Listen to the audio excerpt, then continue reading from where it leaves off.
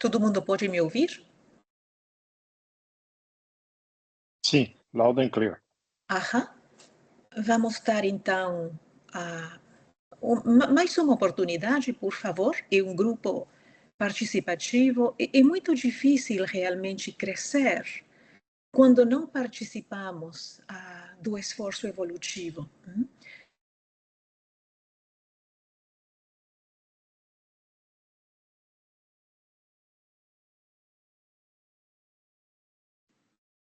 I can do it. Oh. A imagem froze.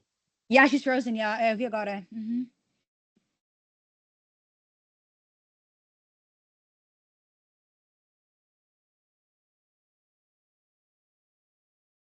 Vou esperar um segundinho quando ela volta.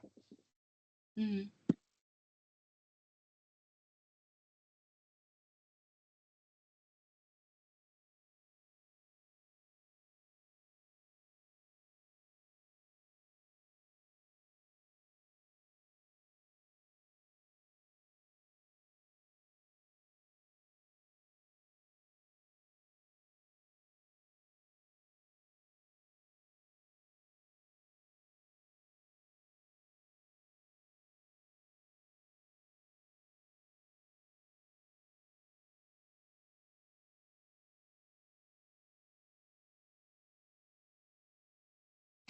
She's trying to come back in.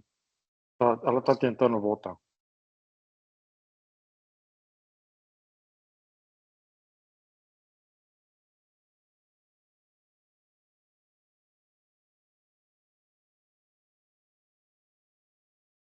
Agora estamos sem voz. Você está no mute? Agora. Tá um pouco embaçada. Tá um pouco embaçada. You're frozen for me. Estamos com duas imagens suas. Uma que você está agora está embaçada, a outra está frozen. Se puder, sai e entra de novo, porque... Talvez nós todos temos que fazer a mesma coisa? Não, seria só a tia Cláudia, no caso.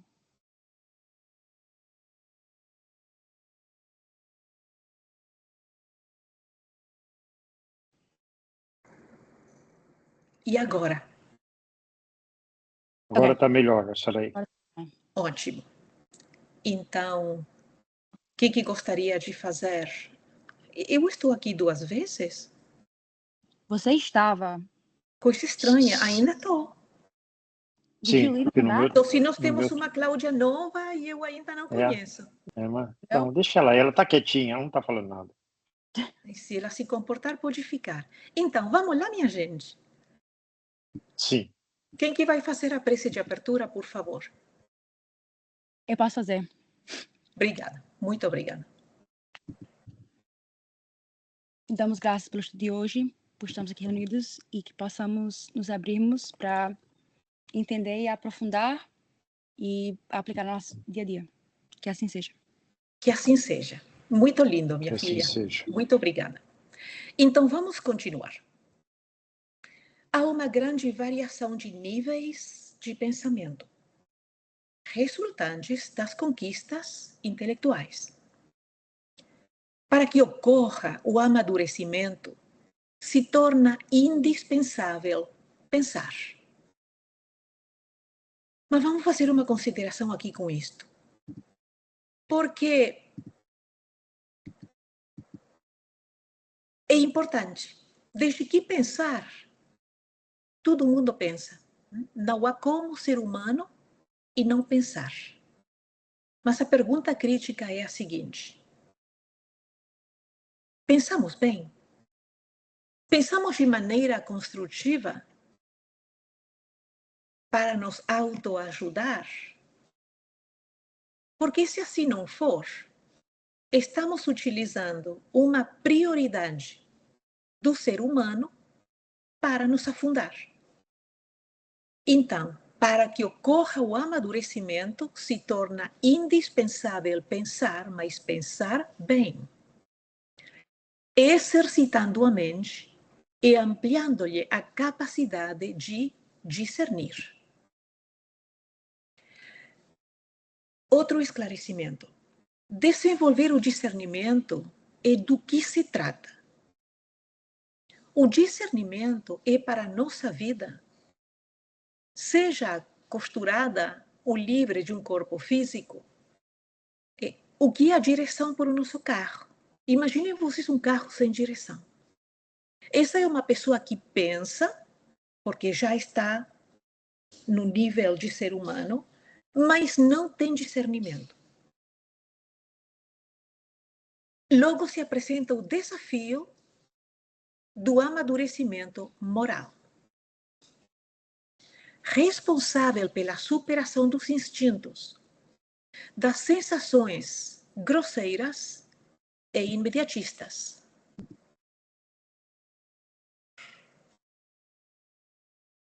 Graças ao discernimento, podemos identificar a validez dos nossos sentimentos e desejos. Para quê? Com o fim de discipliná-los. Mas o que está do outro lado da disciplina? A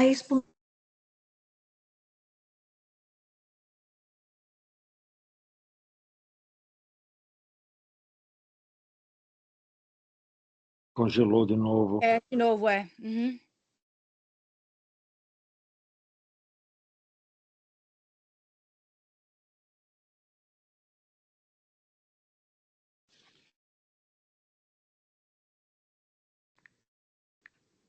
What is going on?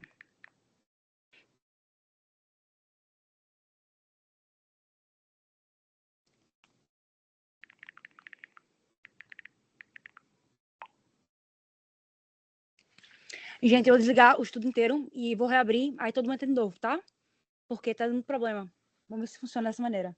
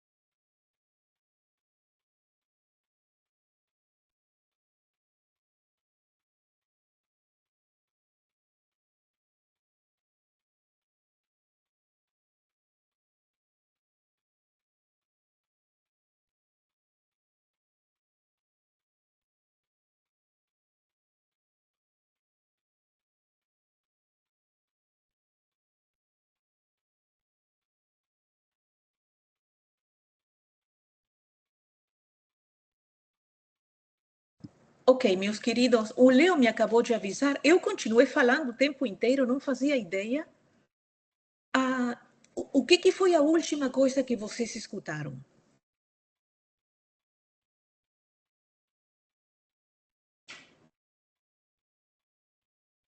Alguém poderia me dizer, por favor? Nem me lembro. Vamos começar tudo de novo? Uhum.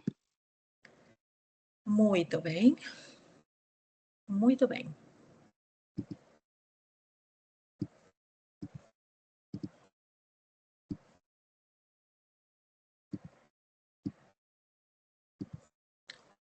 Vamos começar tudo de novo. Há uma grande variação de níveis de pensamento, resultantes das conquistas intelectuais. Para que ocorra o amadurecimento, se torna indispensável pensar. O que é pensar? Todos sabemos o que é pensar. Criarmos conceitos com a nossa mente, atingirmos conclusões, fazermos inferências. Isto aqui é importante, porque pensar todo mundo pensa. Não há como ser um ser humano e não pensar. A pergunta é, estou pensando bem? Estou pensando de uma maneira que me ajuda a me tranquilizar, a me esclarecer, a produzir discernimento, ou estou pensando de um jeito que me prejudica, que me atira para trás, que me afunda? Porque a ideia é nós pensarmos de forma construtiva, com o objetivo de utilizar aquilo como uma ferramenta de autoajuda. Então, se para que ocorra o amadurecimento, sem o qual não existe bem-estar, se torna indispensável pensar, exercitando a mente e ampliando-lhe a capacidade de discernir. Pensar bem nos leva a desenvolver o discernimento. Por que isto é importante? Porque desenvolver o discernimento e do que se trata. O discernimento é para a nossa vida, estejamos costurados a um corpo físico ou não, o que a direção é para o nosso carro. Então, uma pessoa que pensa, mas não tem discernimento, é um carro sem direção.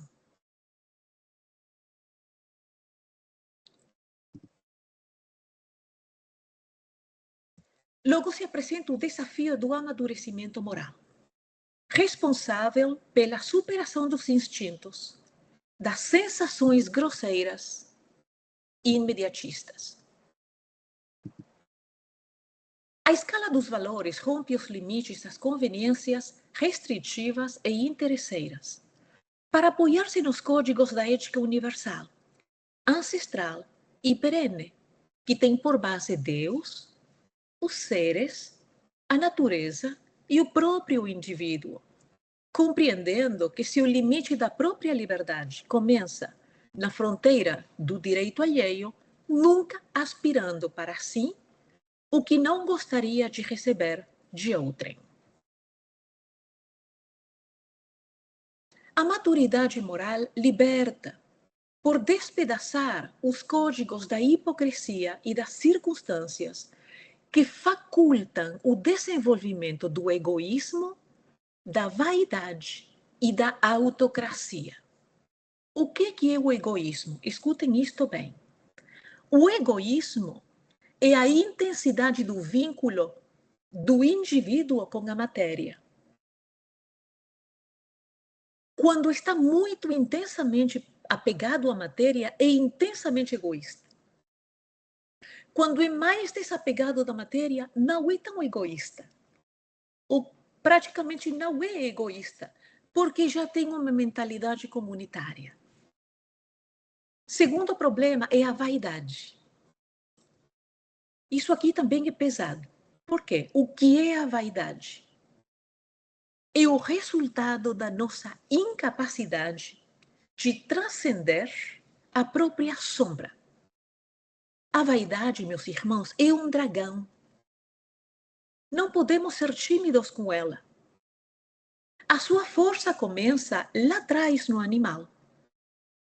Sabemos que existe uma espécie de pássaro na Europa do Sul que rouba as pequenas joias e pedrarias de mulheres ricas para enfeitar os ninhos em que nascerão os seus filhotes.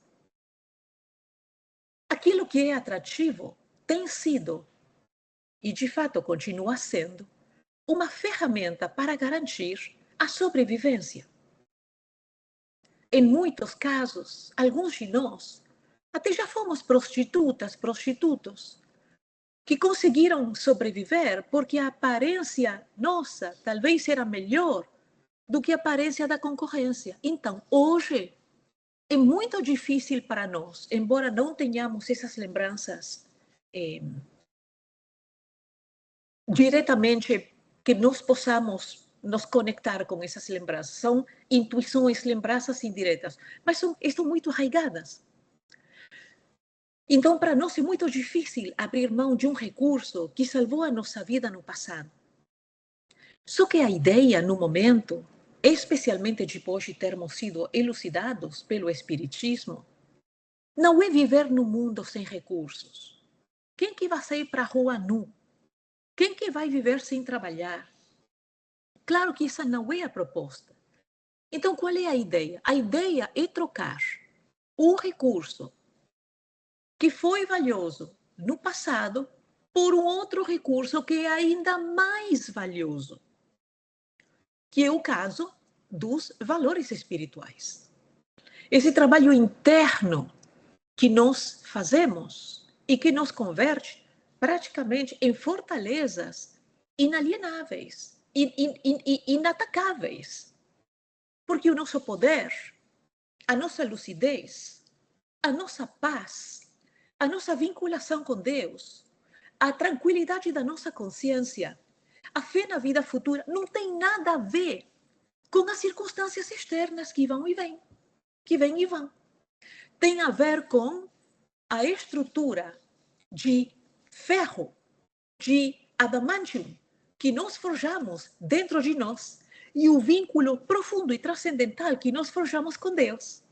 Então, a vida pode acontecer, e de fato vai, mas não tem o mais mínimo poder sobre nós, porque nós podemos compreender por que se passam as coisas, e nós até que acabamos agradecendo o que uma outra criatura acharia a máxima tragédia. Por quê?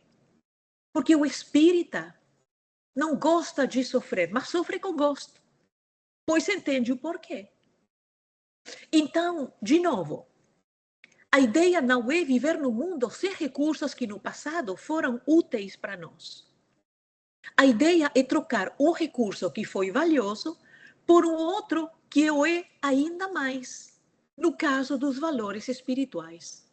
Esses que advogam por nós no presente, mas também pela infinitude afora. E, por fim, a autocracia. O que é a autocracia? É uma forma de governo na qual o poder está concentrado numa só pessoa. Neste caso, nós. Para quê? Para que nós queremos o poder concentrado em nós? Para que nós podemos ser poderosos? Para controlar. Mas controlar o quê? Não ter que fazer o que não gostamos.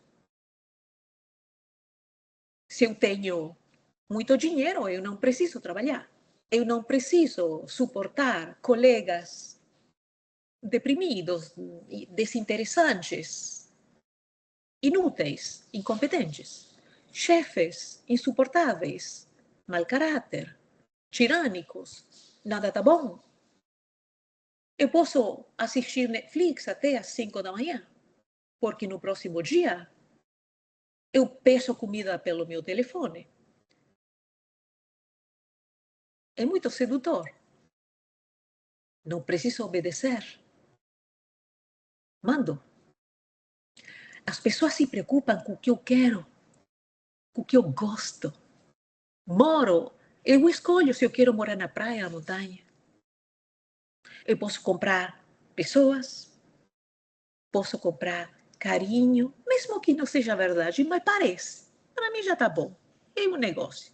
Todo mundo tem que trabalhar. A vida pareceria um paraíso, né? Mas qual é o problema disso? Fazendo isso, vamos na direção do abismo, porque nos pomos ao lado do caminho, em vez de nos pormos a caminho de. E ficando ao lado do caminho, porque só fazemos o que nos resulta prazeroso, cancelamos os benefícios da encarnação, que é o único jeito de evoluir. Então, poder para controlar as variáveis da vida. Só que a vida não foi feita para nos infelicitar.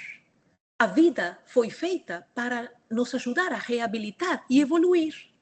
Se nós cancelamos esse mecanismo porque temos controle, porque somos bonitos, ou porque temos dinheiro, ou porque somos famosos, detonamos a encarnação. Ficamos parados evolutivamente falando. E uma criança de quinta série pode dizer para vocês, de segunda série pode dizer para vocês, que numa situação fluida, que flui como a evolução, ficar parado e ir para trás. Então vamos ler esse parágrafo de novo. A maturidade moral liberta por despedaçar os códigos da hipocrisia e das circunstâncias que facultam o desenvolvimento do egoísmo, da vaidade, da autocracia. Essa realização moral é dinâmica e entusiasta, alargando as possibilidades de crescimento ético, estético e espiritual do ser. Dos sensos morais surgem no contexto da maturação.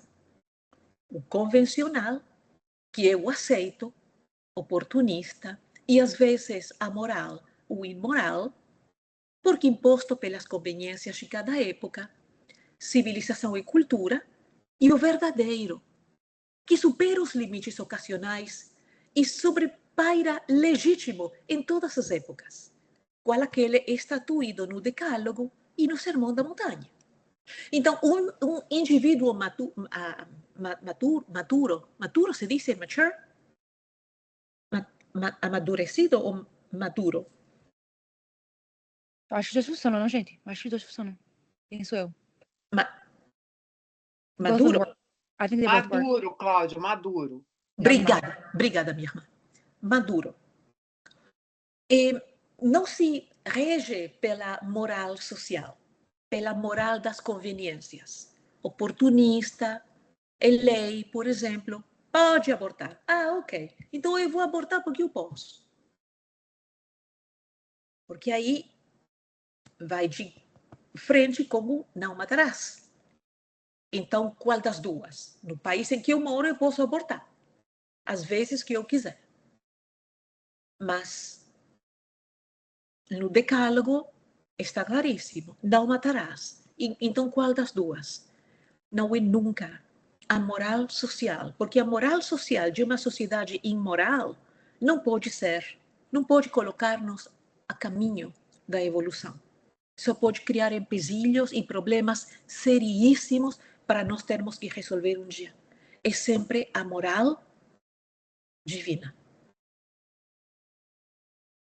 A conquista da maturidade moral verdadeira, porque a outra não é, torna-se indispensável para a autorrealização do ser e da sociedade em geral. Vencida essa etapa, a maturidade social surge naturalmente, porque autoconhecendo-se e autotrabalhando-se, o homem psicológico torna-se harmônico no grupo. É aglutinador, é compreensivo, é líder natural, proporcionando bem-estar em sua volta e alegria de viver. Mas vamos ver aqui essa definição da nossa mãe, o homem psicológico. Ela faz referência ao homem psicológico, o homem amadurecido, o homem que pensa bem, que tem discernimento, que é moralizado, em contraposição com o homem fisiológico, que vive quase exclusivamente para a gratificação dos sentidos. O amadurecimento psicológico é imperativo que surge naturalmente, ou seja, isto vai acontecer, queiramos ou não, porque o requerimento da evolução. ou por necessidade, que se estabelece no processo de evolução. Ou seja, se cooperamos, vamos atingir o ponto de sermos seres psicológicos muito melhor, muito mais suave, muito mais agradável. Senão, nós vamos ser levados de rondão pelas forças evolutivas. O ser imaturo, ambicioso, apaixonado, frustra-se, irrita-se sempre, mata e mata-se, porque o significado da sua vida é o ego perturbador e finito, circular, estreito e sem metas. Por que circular? Porque está sempre lidando com os mesmos problemas, com as mesmas situações, com os mesmos quereres, com as mesmas pessoas. Não avança. Está sempre se mexendo, mas de maneira circular. A evolução é o oposto à movimentação em sentido circular. Mas por que a nossa mãe caracterizaria o ego como o ego perturbador? Porque o território do ego, ou da personalidade, que são a mesma coisa, é a matéria. E a matéria não é terreno firme para construir a felicidade, nem a paz. A sua temporalidade e inestabilidade torna isto impossível. Por isso que Jesus, dessa maneira poética, lúcida, belíssima que ele tinha para falar, ele dizia, vamos construir a casa na rocha. Leva mais tempo, dá mais trabalho, vamos suar bastante. Mas aquela casa está encravada na rocha e ela mesma é de rocha.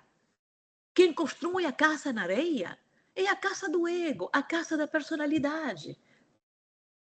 É a casa da perturbação, da temporalidade e da inestabilidade. Ninguém se queixa se decide escolher uma casa, construir a casa na areia, porque já sabemos há mais de 2000 anos que aquilo é um plano para fracassar. Superar o estado egocêntrico para tornar-se útil socialmente caracteriza o rompimento com o círculo familiar da infância e abre-o à comunidade, que é a grande escola da vida. E cuidado, porque nós temos crianças, muito crianças, com 40, 50, 60, 70, 80 e 100 também. Não tem nada a ver com a idade cronológica da criatura.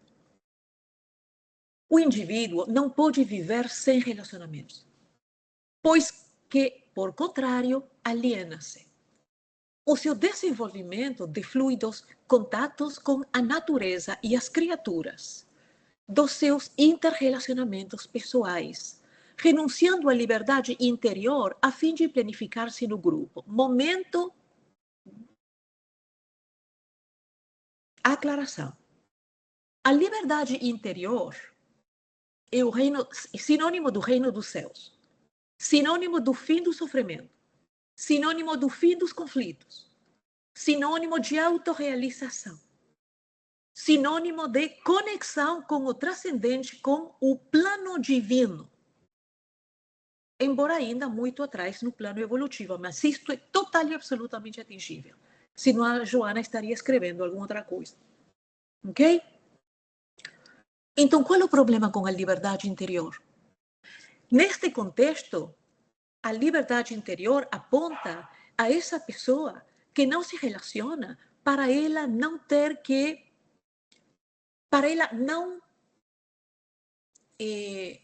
poder fazer o que ela gosta. Se eu vou, por exemplo, comer com as minhas amigas, elas vão querer comer comida chinesa e eu quero comer comida japonesa. Aí eu vou sozinha para o restaurante japonês. Pode? Claro que pode. Vai na cadeia? Não. Mas não cresce. Não aprende a dinâmica comunitária. Não aprende a respeitar espaços. Não exercita a tolerância. Não tem a possibilidade de ajudar ninguém, consolar, esclarecer, dividir. É isso que ela está querendo nos dizer. Com o conflito embutido no comportamento pessoal, torna-se impossível o relacionamento social. indispensável que sejam realizados encontros e experiências de grupos, gerando adaptação e convivência salutar com outras pessoas. Outra paradinha aqui.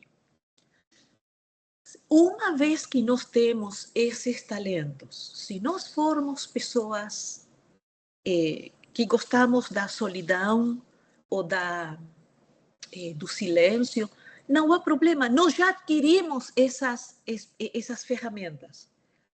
O problema é quem evita o grupo para não se privar de ser a criança caprichosa que é. Só quer fazer as suas vontades. Não tem paciência para escutar ninguém. Não quer perder o seu tempo fazendo qualquer coisa para uma outra pessoa. Não gosta de ser contrariado. Não quer abrir mão de nada. Então, aí, essa fica desequipada em plena imaturidade psicológica e pode ter 65 anos, mas psicologicamente é imatura. Ok? Quem lograr a sua consciência individual supera a violência, a separatividade, é afetuoso, racional, integra o grupo social, promovendo-o e desenvolvendo-se cada vez mais. Rico de compreensão, fraternidade, amor e paz. Alá, a criatura madura psicologicamente. Então, para terminar o capítulo 3, o homem maduro psicologicamente vive a amplidão infinita das aspirações do bom, do belo, do verdadeiro e esvaído do ego, esvaído e esvaziado, né, Débora? Atinge o céu. Obrigada. Ou seja, o espírito imortal que é e vive daí. Escolhe como tal, se comporta como tal, trata todas as pessoas do mesmo jeito. Não vive para impressionar, não vive obsessionado pela sua aparência, ou pelas poses, ou por qualquer outra coisa, porque já não tem mais delírio na vida dele. Tornando-se homem integral, ideal no rumo do infinito. Mas Claudinha ainda está muito longe, ainda está na Terra. Sim, mas já não tem conflito. Acha pouco? Capítulo 4, modelos e paradigmas. Tudo bem até aqui? Perguntas, comentários? Como uma troca de... Estamos num capítulo novo, vou jogar aí caso alguém quiser perguntar ou fazer algum comentário.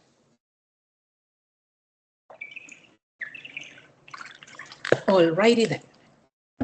O processo da evolução antropológico, sociológico, fisiológico, são todos aspectos da evolução, tá?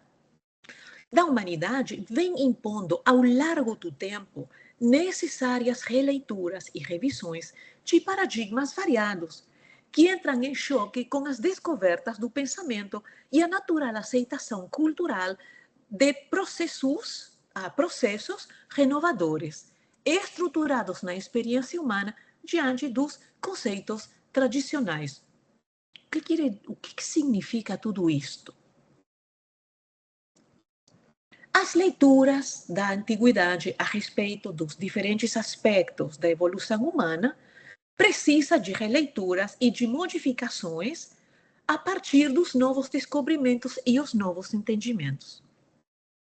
Na área psicológica, por exemplo, a rigidez dos postulados ancestrais vem sofrendo fissuras estruturais diante da volumosa contribuição das filosofias orientais, ora desveladas ao Ocidente, ao mesmo tempo em que as conquistas relevantes da parapsicologia, da psicotrônica, da psicobiofísica, da física quântica, da biologia molecular vêm confirmar os paradigmas do espiritismo, dilatando o campo da realidade humana antes do berço e depois do túmulo, assim modificando a concepção dos estados alterados de consciência, que deixaram de ser patológicos, ou seja, doenças, consideradas doenças, para se confirmarem como de natureza paranormal.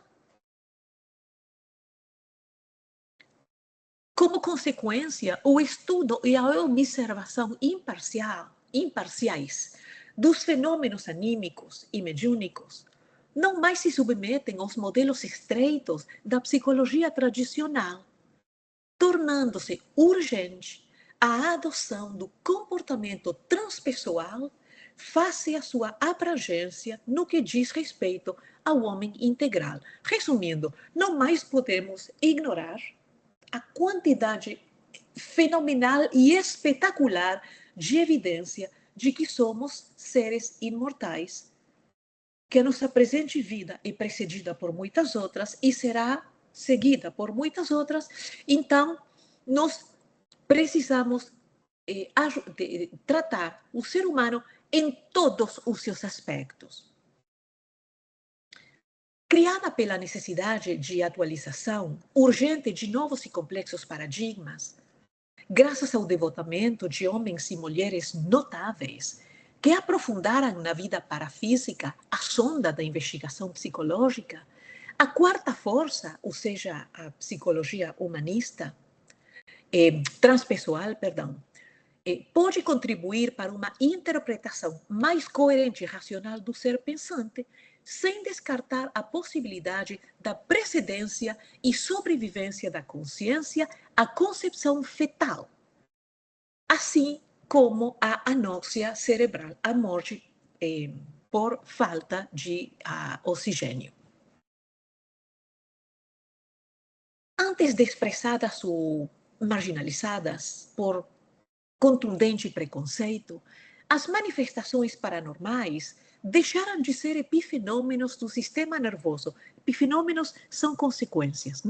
As consequências do sistema nervoso para tornarem-se expressões da realidade em níveis mais profundos da consciência humana. Isso aqui não é doença nenhuma, é uma dimensão de realidade a qual ainda não tínhamos ganhado acesso. O advento da psicologia transpessoal ocorreu num momento grave do desalinho comportamental das gerações novas, dos anos 60 deste século, 1960, e por se tornar evidente a necessidade do desenvolvimento da psicologia humanista, surgida na ocasião mediante a ampliação dos seus conceitos e a aceitação de novos paradigmas, qual sucedeu na década imediata, consoante previra Maslow. Estamos nos referindo a Abraham Maslow. Vamos entender um pouquinho o que propunha Maslow para que vejamos por que a Joana coloca ele nesse contexto aqui, insere ele nesse parágrafo. Maslow acreditava que a psicologia de sua época estava excessivamente focada em doenças mentais e problemas. Ele previu o desenvolvimento de uma psicologia voltada para a saúde mental, o crescimento pessoal, a criatividade e a espiritualidade saudável e o desenvolvimento do potencial, ou seja, a autorrealização. Essa visão influenciou fortemente movimentos posteriores de desenvolvimento pessoal e psicologia positiva, que até lá, esquece, era tudo patologia, era tudo problema, maladaptação, trauma, a libido, porque o ser humano era visto de uma maneira muito ingênua, quase como se fosse um ser bidimensional. O que é um ser bidimensional? Um quadro na parede. Só tem, como se diz em português, height and width. Bidimensional. Ok? Um adesivo. Um adesivo e um ser bidimensional. É um objeto, não é um ser, mas é um objeto bidimensional. Uma sociedade de pessoas mais autorrealizadas. Ele acreditava que, à medida que as necessidades básicas forem mais amplamente satisfeitas, porque antes vivíamos só para comer e para não morrer, ok? Mas as pessoas passariam a buscar mais coisas. Como quê? O que elas poderiam querer? Já tem comida, já tem um teto acima da cabeça, tá bom demais. Não tá. Porque temos outras dimensões, outros aspectos, além das necessidades básicas para a sobrevivência. Como quais? Propósito, autoconhecimento, valores éticos, serviço à humanidade. Purpose, propósito.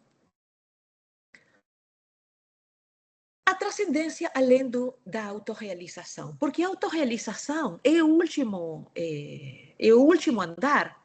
Não, não é o último andar. Nos últimos anos de vida, Maslow ampliou sua teoria e passou a falar de um estágio além da autorrealização. Podem escrever que é a autotranscendência. Auto. Já me realizei. Autorrealizei. Já me realizei como pessoa. Mas, e a minha dimensão espiritual? E o meu ser transcendental?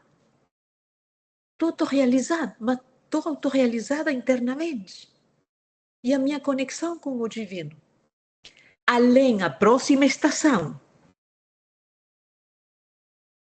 na frente da autorrealização, é a autotranscendência. Autotranscendência.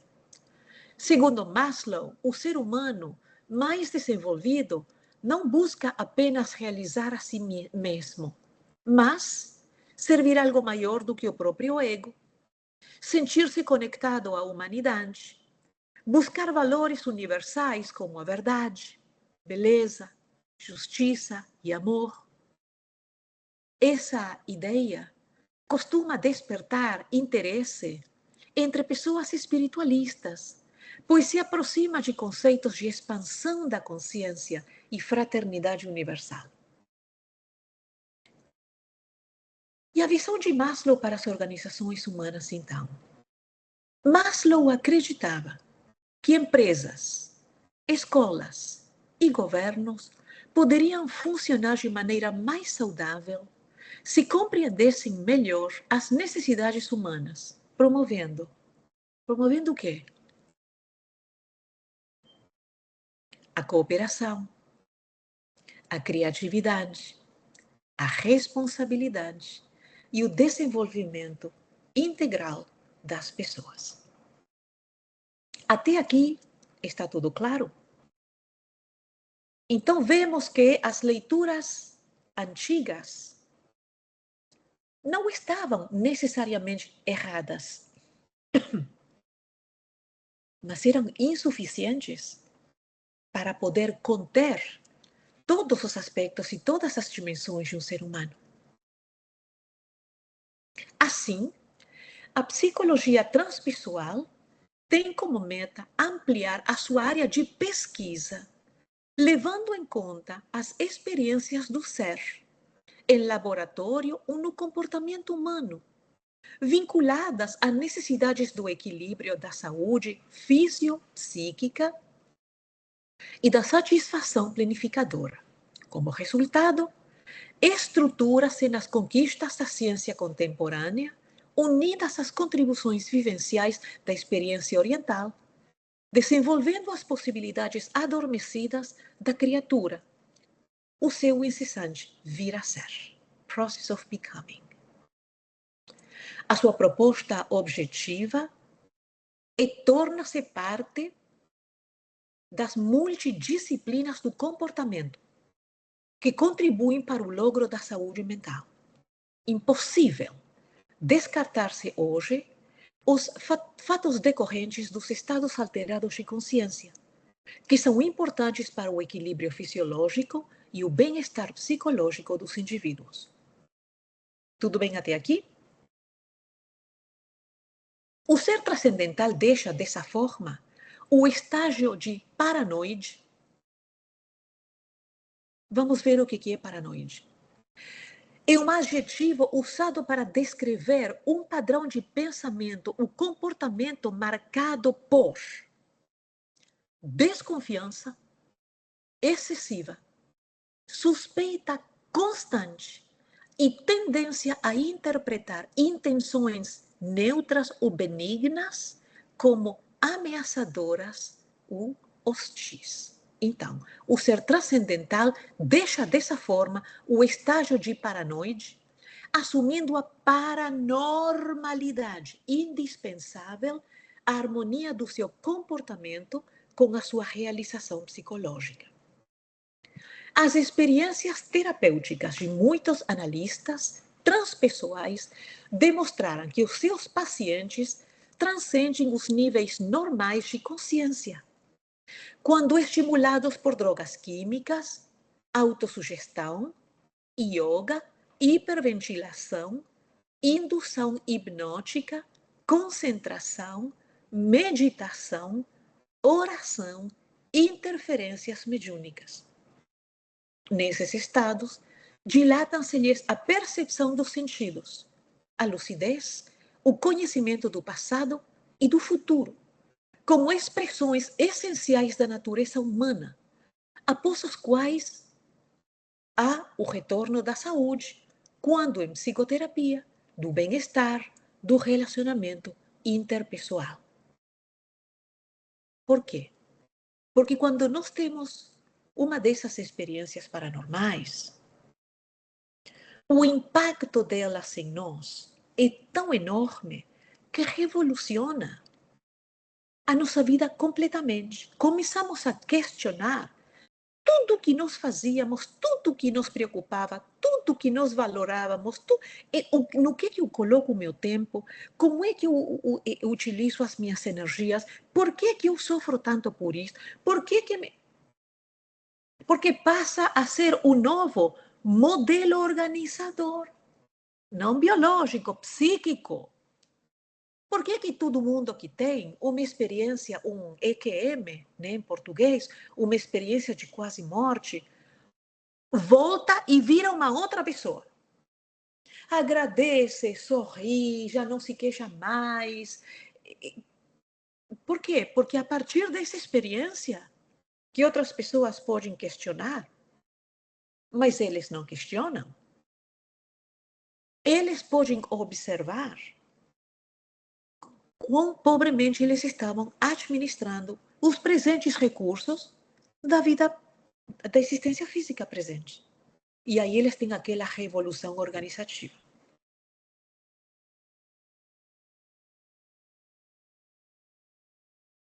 Todos os modelos e paradigmas... O que eu falei?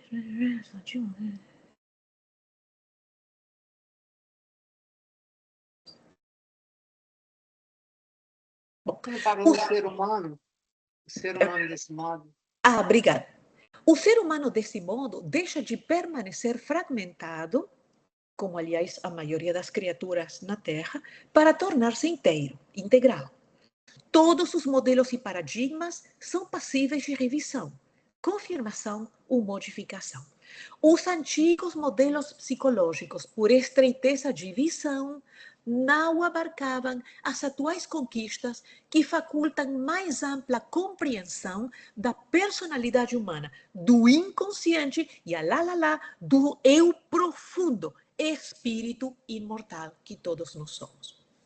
Uma larga documentação experimental, porém, veio facultar o surgimento do modelo transpessoal e dos seus atuais paradigmas. Psicanálise, por exemplo, tem concepção específica em torno da determinação da conduta, conflitando com a natureza da modificação do comportamento, ou seja, a psicanálise e o behaviorismo, elas não enxergam do mesmo jeito.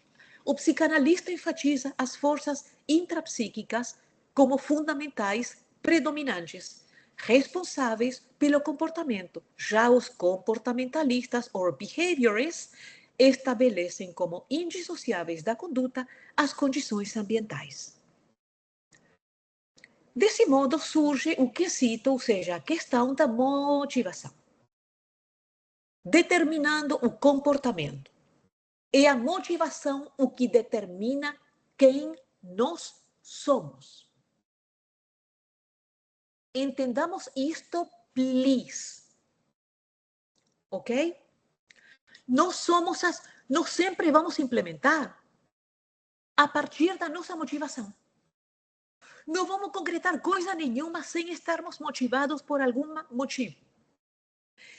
Vale a redundância. E é essa motivação o que nós sempre precisamos saber. Por que eu estou querendo ser amiga dessa pessoa? Por que eu estou querendo trabalhar para essa empresa? Por que eu estou querendo comer isso e não aquilo? Por que eu estou querendo comprar o que eu não preciso? Por que eu... Se nós não sabemos os porquês, vivemos uma vida inconsciente. A nossa vida ainda não se tornou consciente para nós. Então, desse modo surge a questão da motivação, determinando o comportamento. Seja a libido, que seria a motivação freudiana, o anseio de superioridade como superação dos instintos agressivos, que seria a motivação adleriana, ou seja, de Alfred Adler. O imperativo ambiental, que é a motivação dos comportamentalistas ou dos behavioristas, o ser elevado ao êxito nas suas buscas, não podendo fugir a uma ou a outra dessas condições. Ou seja, vai experimentar tudo isto, mas mesmo assim, a força, o impulso da vida vai lhe levar ao estágio transpessoal, ao seu encontro com o ser imortal que é a autorrealização e mais logo, futuramente, a autotranscendência.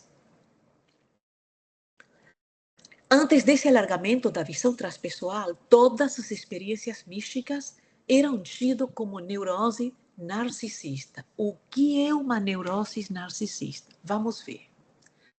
É um termo da psicanálise mais clássico, hoje pouco usado na psiquiatria moderna, que descreve um estado em que a pessoa apresenta conflitos internos ligados a uma autoimagem muito centrada no próprio ego, com necessidades de validação, mas também vulnerabilidade emocional. Esse vestido eu não uso nunca mais. Mas por quê? É porque eu fui na festa e ninguém falou que eu estava bonita. Exemplo. E a conquista da iluminação era considerada como uma automática regressão a estágios intrauterinos. Mas o que é uma regressão? Como é que nós vamos reingressar no útero da nossa mãe? Regressão a estados intrauterinos é um conceito da psicanálise que descreve a tendência psicológica de um indivíduo de voltar simbolicamente a um estado psíquico semelhante ao período antes do nascimento. Por quê? Porque era um estado de proteção, fusão e ausência de demandas do útero materno. Porque o útero materno é um Isso pode acontecer? É simbólico. É simbólico. Sim, mesmo se for que nem como é que fala quando você põe a pessoa no estado de Hipnose? hipnose, isso. Não. Nesse contexto, é uma movimentação psicológica. Sim. Vamos ler esse parágrafo de novo. Antes desse alargamento da visão transpessoal, ou seja, antes de nós chegarmos ao entendimento da transpersonalidade do ser humano, o fato que somos seres imortais, preexistentes e sobreviventes ao exercício na vida física, todas as experiências místicas eram tidas como neurose narcisista e a conquista da iluminação era considerada como uma automática regressão aos estados intrauterinos, aí onde não acontece nada, aí aquilo caiu, mas era para cair, mas eles se mataram, era para eles se matarem, e aquela coisa, eu sou um ser iluminado porque não ligo com mais nada, eu passo pela vida boiando, não me involucro com nada, não tento construir nada, aquela o que eu chamo de espiritualidade adolescente, a espiritualidade irresponsável. Isso aí não é o meu problema, eu sou muito transcendida para me envolver com qualquer coisa dessas, eu quero morar na floresta. Não é por aí. A transpersonalidade conleva, português? Oh my God. Implica responsabilidade. Viver com responsabilidade. Mas uma responsabilidade que vem de uma perspectiva, de uma leitura superior das coisas. E não aquelas fantasias de voltar ao útero da mamãe, onde a vida é o que eu quero que seja, para que nada me desagrade, para que nada me irrite, para que está tudo bem, paz e amor. Isso é uma infantilidade, ok? Nesses choques de modelos e propostas, tornava-se inevitável. Leozinho, ficou mais ou menos um pouco mais claro? Sim, obrigado, querida. Porque no contexto da hipnose, nós estamos fazendo uma regressão para resolver um problema médico. Isso, para resolver o problema, isso é verdade. Não é optar pela espiritualidade irresponsável, juvenil, do paz, amor e flor, e que não tem nada a ver com a verdadeira iluminação, que é uma toma de responsabilidade para que nós assumamos a responsabilidade por nós mesmos, por como nós nos comportamos no mundo, individualmente e coletivamente, e as consequências que isso vai ter. Obrigado, querida. Obrigada a você. Nesses choques de modelos e propostas, tornava-se inevitável a disputa em torno de qual seria o verdadeiro, com desprezo pelos demais, porque não dá para fazer tudo. Mas agora que temos, entre outras coisas, discernimento, nós já podemos escolher aquilo que podemos continuar em que coisas nós vamos continuar a investir e que coisas nós vamos desmantelar, porque, francamente, eu antes não sabia, mas agora eu sei, não mais posso justificar continuar vivendo, fazendo certas coisas. O estudo transpessoal não pretende ser único. Antes, alarga os conceitos existentes, respeita-lhes a validade, buscando desenvolver e ampliar as dimensões da natureza humana e a sua realidade intrínseca. O seu potencial é imprevisível e o ser espiritual é imensurável na sua estrutura profunda, que lhe cabe desenvolver ao largo das sucessivas reencarnações. Então, sem desespero, porque nós não vamos virar espíritos de luz numa encarnação nem duas. Então, vamos trabalhar com responsabilidade, mas também com calma e com alegria. Unindo tecnologia e observação, experiência e treinamento paranormal, desenvolve-se-lhe os recursos latentes no rumo do infinito.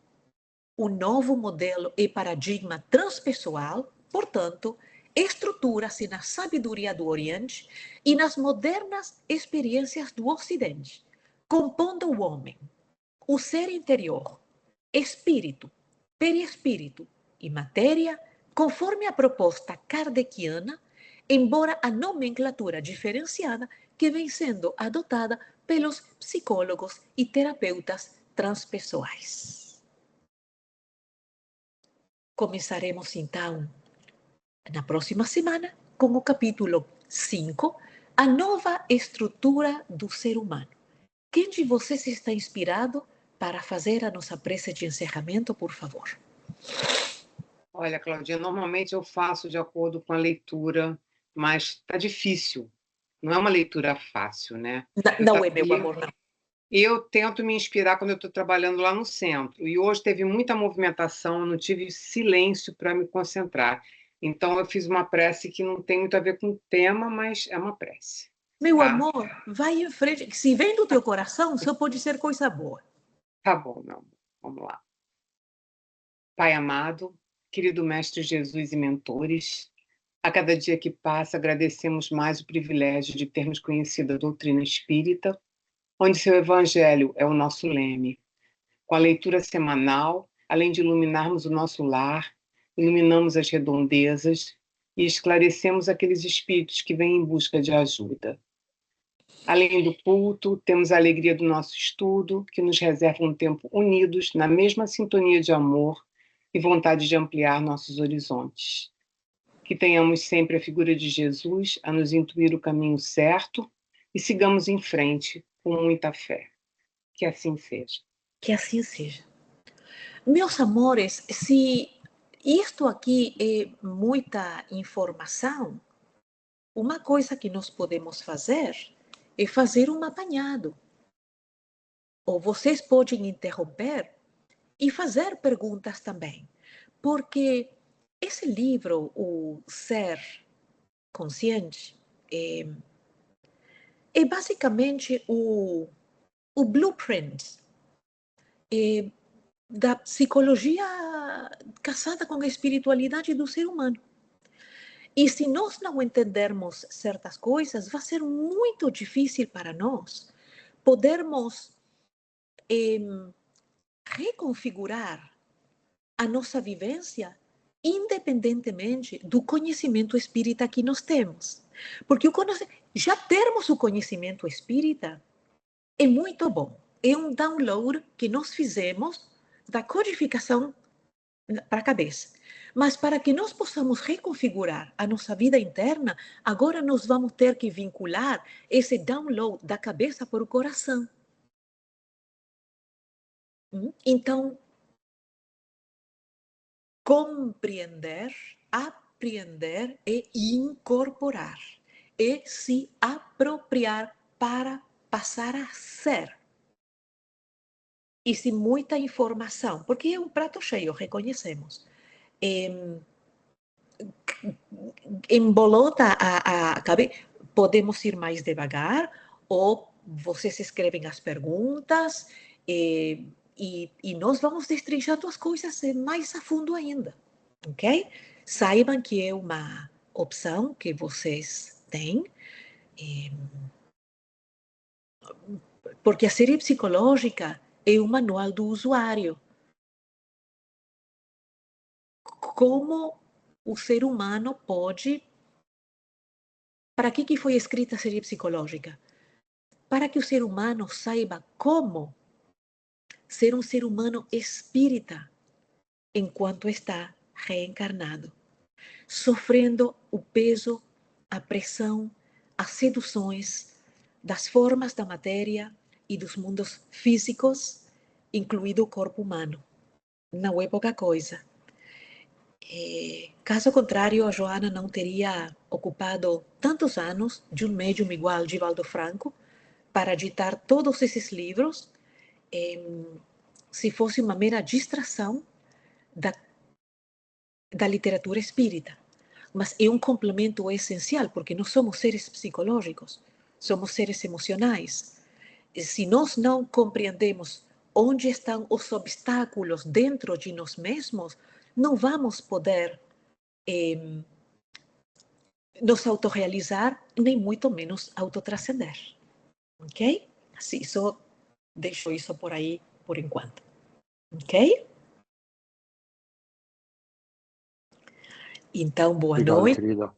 Obrigada, um beijo a todos. Fiquem com Deus.